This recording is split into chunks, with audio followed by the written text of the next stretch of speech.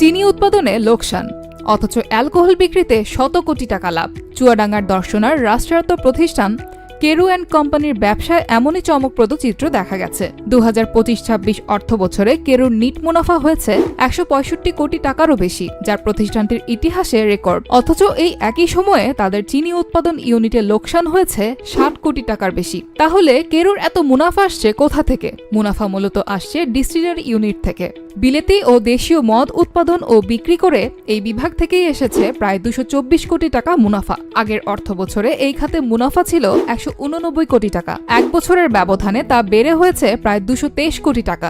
শুধু ডিস্টিলারি নয়, জৈব সার, বাণিজ্যিক খামার ও ফার্মাসিউটিক্যালস ইউনিট থেকেও এসেছে উল্লেখযোগ্য আয়। সব খাতের আয় লোকসান সমন্বয় করেই কেরুর নিট মুনাফা দাঁড়িয়েছে 165 কোটির বেশি। অন্যদিকে বছরের পর বছর চিনি কারখানার লোকসান নিয়ে প্রশ্ন তুলছেন আখ চাষি ও স্থানীয়রা। কেরু কর্তৃপক্ষ বলছে, ভবিষ্যতে চিনি উৎপাদন খাতের লোকসান কমিয়ে প্রতিষ্ঠানটির সামগ্রিক মুনাফা আরও বাড়ানোর চেষ্টা চলছে। অর্থাৎ কেরুর হিসাবটা অনেকটা এমন: চিনিতে লোকসান, কিন্তু ডিস্টিলারিতে রেকর্ড লাভ।